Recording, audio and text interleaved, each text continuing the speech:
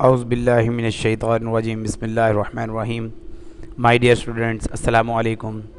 मैं हूं आपका teacher, IT teacher, Tally software का teacher Anjum Raza Khan, founder of SAARC, और आप हैं सार्क आई-टेक कंप्यूटर कॉलेज के तालिब इल्म। हमने टैली सॉफ्टवेयर शुरू कर रखा है और पिछले लेक्चर में मैंने आपको परचेज़ के कॉन्सेप्ट बड़ी डिटेल से दिए और बाकायदा तौर पर आपको फिर परचेज़ अकाउंट बनाना, मेंटेन करना बताया कि आप टैली के अंदर परचेज़ अकाउंट कैसे मेंटेन कर सकते हैं, कैसे बना सकते हैं, परचेज़ क्या है। वहाँ पर बेसिकली माय डियर स्टूडेंट्स, इंतहाई मैं अपोलोजेटिक हूँ आपसे। I apologize to all of you कि मैंने पिछली वीडियो में, चूँकि कुछ जल्दी में समझ लें, मैंने एक मिस्टेक की। वहाँ पर परचेज़ को मैंने इनडायरेक्ट एक्सपेंस के नाम से लिख दिया, जो कि किसी हद तक ठीक भी था और किसी हद तक गलत भी था, क्योंकि आपने आज तक परचेज़ को हमेशा डायरेक्ट कॉस्ट में शामिल किया है और वाकई ही ये डायरेक्ट कॉस्ट है। उसके जो भी मैंने पिछले लेक्चर्स में इफ़ेक्ट बताए वो बिल्कुल दुरुस्त थे। ऐसा ही होना था कि उसे एक्सपेंस के तौर पर लिखा जाना था।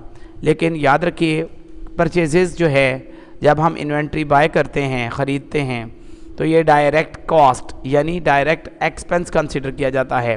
मतलब डायरेक्ट एक्सपेंस से मुराद ये कि ऐसा खर्चा जो कि वाकई माल को ख़रीद कर बेचने से लिंक करता हो, यानी डायरेक्ट कॉस्ट में आता है, ये ट्रेडिंग अकाउंट में आता है।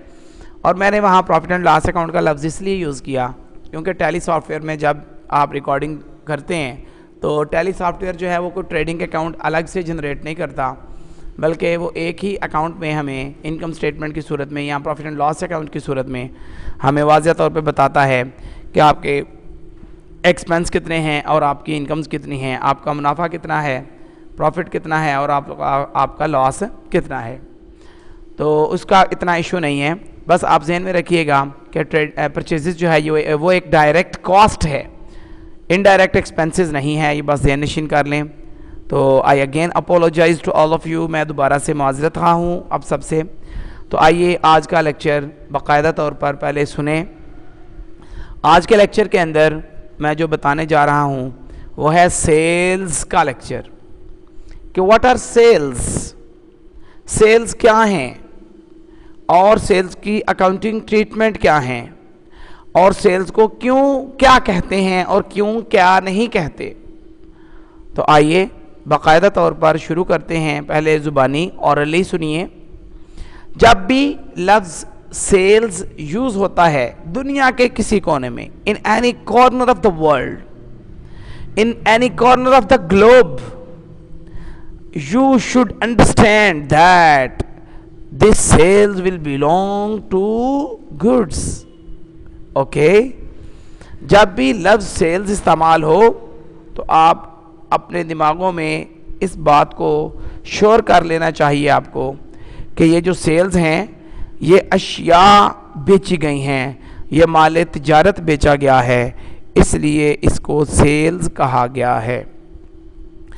इट मीन जब भी हम बिज़नेस के अंदर, कारोबार के अंदर माल तिजारत को फ़रोख्त करेंगे, गुड्स को फ़रोख्त करेंगे, वो गुड्स हमें जब रिकॉर्ड करना होंगी वो सेल्स के नाम से रिकॉर्ड होंगी, ना कि गुड्स के नाम से या मर्चेंडाइज़ के नाम से नहीं रिकॉर्ड होंगी।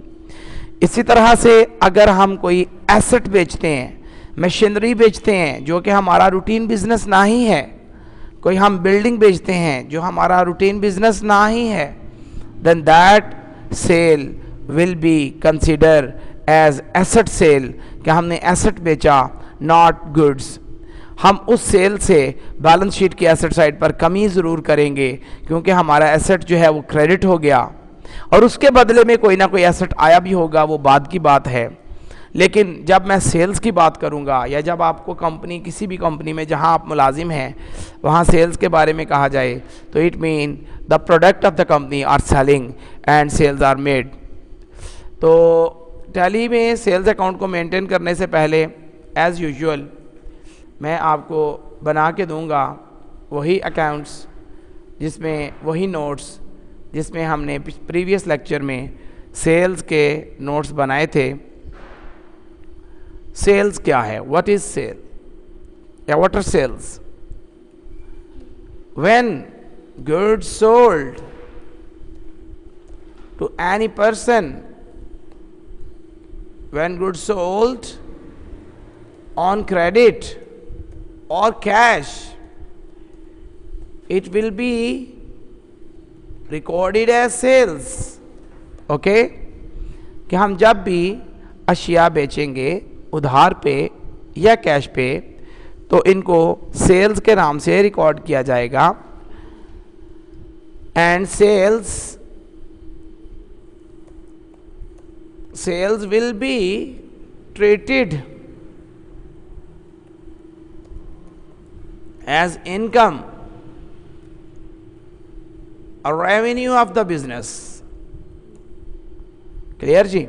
और जब हम सेल्स करते हैं चीज़ें, जब अशिया बेचते हैं तो उस सेल्स को हम अपनी कंपनी का या अपने बिजनेस का इनकम कंसीडर करते हैं, रेवेन्यू कंसीडर करते हैं. Is it clear? But if we sold any type of asset like furniture or building, then that sale will not record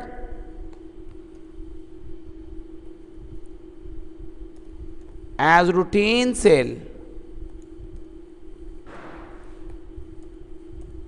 It will affect on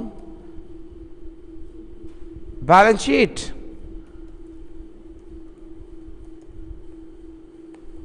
While goods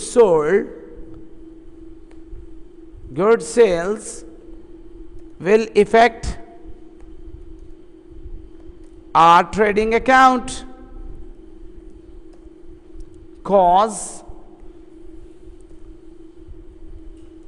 sale of goods considers our direct income. Clear ji. अब मैंने यहाँ पर detail सारी लिख दी है. मैंने लिखा है लेकिन अगर हम कोई एसेट बेचते हैं जैसा कि फर्नीचर, बिल्डिंग, फिर हम क्या करते हैं, that sale will no record as routine sale. हम इसको रूटीन की सेल नहीं समझेंगे. It will effect on the balance sheet, ये बैलेंस शीट को इफेक्ट करेगी. वाइल गुड सेल, जबकि जो चीज़ें बेची जाती हैं, will effect our trading account, cause sale of goods consider are direct income. क्योंकि अशिया का बेचना, माल तिजारत का बेचना किसी भी कंपनी के लिए, किसी भी कारोबार के लिए हम डायरेक्ट इनकम कंसीडर करते हैं.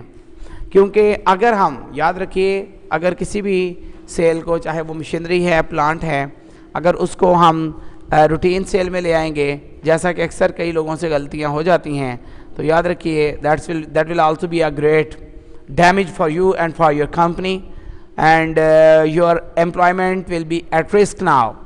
तब आपकी जो एम्प्लॉयमेंट है, मुलाजमत रिस्क पर होगी. तो बजाय इस रिस्क में जाने के लिए आपको पता होना चाहिए कि सेल्स में कौन सी आइटम आनी है और कौन सी आइटम नहीं आनी. क्योंकि जब हम सेल्स में उन्हें रिकॉर्ड करेंगे तो डेफिनेटली सेल्स भी इफ़ेक्ट होंगी, तो प्रॉफिट भी इफ़ेक्ट होगा. प्रॉफिट बढ़ता है सेल से, और अगर सेल्स में रिकॉर्ड ना किया जाए, उन्हें किसी और जगह रिकॉर्ड कर दिया जाए, तो प्रॉफिट डिक्रीज़ हो जाता है. तो आइए अभी हम बनाते हैं सेल अकाउंट को. आपके सामने इधर लिखेंगे सेल्स, बल्कि बाकायदा तौर पर मैं, जी बिल्कुल, इस तरह आते हैं कंपनी इन्फो में, सेलेक्ट द कंपनी, ताकि शुरू से मैं आपको बाकायदा हर दफ़ा बताऊं. अंजुमान इंटरनेशनल है, इस पर क्लिक कर दीजिए. अंजुमान इंटरनेशनल,